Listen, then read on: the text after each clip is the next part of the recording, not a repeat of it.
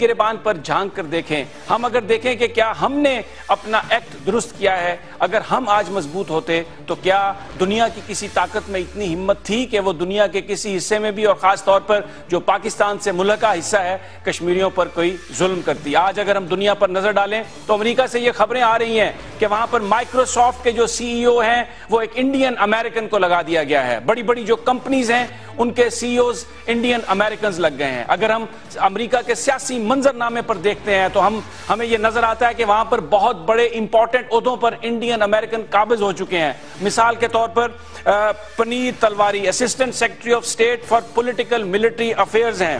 نشا بشوال جو ہیں وہ assistant secretary of state for South Asian affairs ہیں. راجیو شاہ جو ہیں ایڈمنسٹریٹر ہیں U S agency for international development کے. Islam Siddiqui chief agriculture negotiator U S trade representative.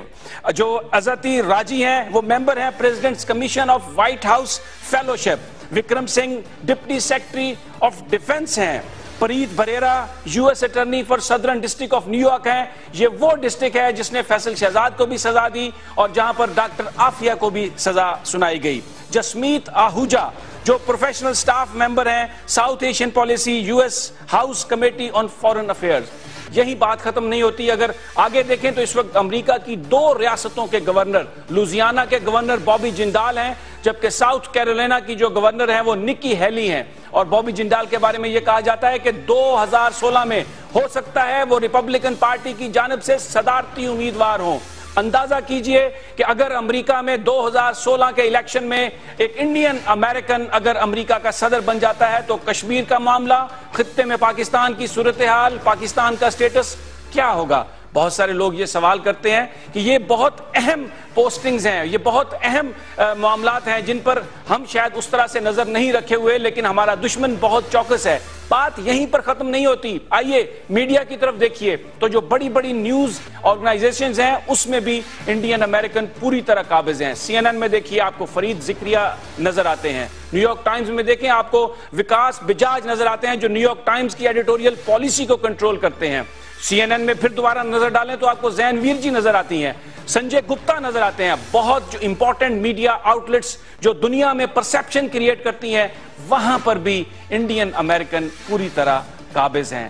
لیکن ہم یہ آج سوال اٹھا رہے ہیں کہ ہم کہاں کھڑے ہیں؟ کیا ہم نے اپنا نظام ایجوکیشن بہتر بنایا؟ کیا ہمارے انفراسٹرکچرز نے کوئی ایسے نوجوانوں کو پروڈیوس کیا جنہوں نے جا کے دنیا میں پاکستان کا نام بلند کیا ہو؟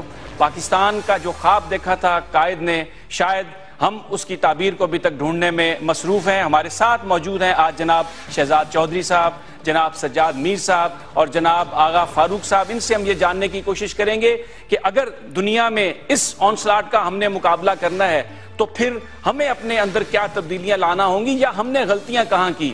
السلام علیکم جناب شہزاد چودھری صاحب. جی وعلیکم السلام.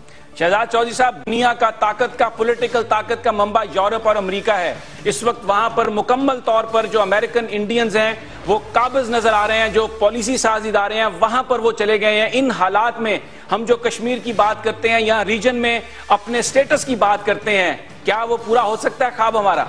دیکھیے, جہاں تک تو پاکستان اور بھارت کے درمیان میں جو سیاسی ان کے آبجیکٹیوز ہیں اس کا تو بڑی حد تک جو ڈیپینڈنس ہے وہ ان کی بائیلیٹرل کیپیسٹیز کے اوپر ہے, اور اس میں کوئی شک نہیں کہ اس بائیلیٹرل کیپیسٹی میں بھی آپ دیکھتے ہیں کہ بھارت پاکستان سے بہت آگے جا چکا ہے, اور اس کے اندر بہت بڑا بنیادی رول ان کی تعلیم کا ہے, ان کی ٹیکنالوجی کا ہے. یہ 2 ایلیمنٹس ایسے ہیں جو کہ پاکستان اپنے طور پہ نہیں ان کو اسٹیبلش کر سکا, جبکہ بھارت نے ان کو بہت اچھے طریقے سے اسٹیبلش کیا, اور اس وجہ سے آپ کی اکانومی کے اندر اس کا بہت رول دیکھتے ہیں اور ایک نالج اکانومی بنتی جا رہی ہے.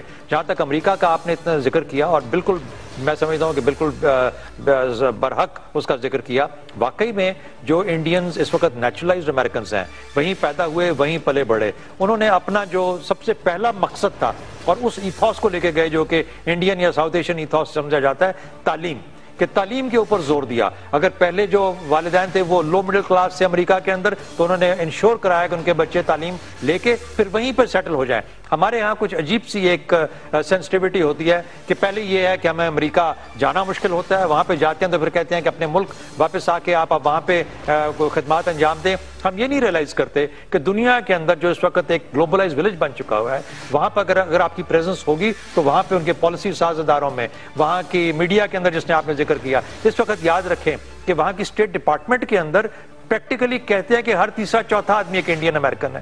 تو اگر یہ بات ہے تو ان کی پالیسی کی جو نوانس ہوگا وہ کتنا پرو انڈیا ہوگا۔ پھر آپ دیکھتے ہیں کہ ان تمام چیزوں کا انڈیا اور پاکستان کے کانٹیکس کے اندر انڈیا کی جتنی جو ہمارے آپس کے مسائل ہیں انڈیا اور پاکستان کے، انڈیا کی زیادہ سنی جاتی ہے۔ بے شک اس کے اندر ان کی اکانومی کا بھی اثر ہے، ان کی نیڈ کا بھی اثر ہے جو کہ دنیا ان کے لیے ضرور سمجھتی ہے، لیکن انہوں نے اپنے آپ کو ریلیونٹ بنایا ہے دنیا کے لیے، اور اپنے لوگوں کی وجہ سے جو کہ ڈائسپورا جو کہ دنیا میں پھیلا ہوا ہے، اس نے ایک ایسا امپریشن کریٹ کیا ہے کہ انڈینز بہت پڑھے لکھے، بہت قابل لوگ ہیں، اس لیول پہ پہنچے ہیں جو آپ نے ذکر کیا، اور اس کی وجہ سے ان کی اپنی ایک حیثیت ہے اور ان کی پہچان ہے۔ بدقسمتی سے پاکستان اس ریلیٹو سینس میں بہت پیچھے لیگ کر گیا ہے۔ ہمارا پیغام دہشت گردی جاتا ہے، ہمارا پیغام تعلیم نہیں جاتی، ہمارا پیغام صحت کے اندر بہتریاں نہیں جاتی، اور یہ ہمارے معاشرے کا اور ہمارا المیہ ہے۔ جی، میں سجاد میر صاحب آپ سے میں